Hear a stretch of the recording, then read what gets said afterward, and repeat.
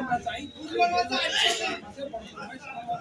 এই জন্য আমরা আপনারা সবাই যদি সহযোগিতা করেন তাহলে আমাদের হাত আমরা পারবো।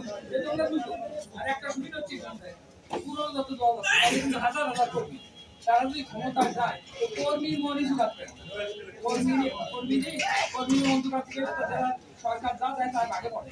আর আমাদের কিন্তু কর্মী নেই, সারা বাঁকুড়া আমরা 500 কর্মী। আর আপনারা এখানে যা আসবে আপনারা পাবেন।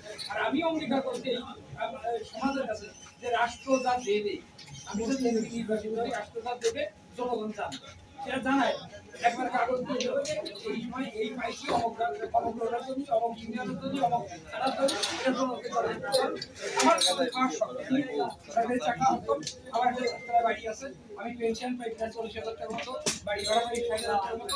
আমার তোলা আমার 3টে ছেলে মেয়ে, 2টো ইঞ্জিনিয়ার।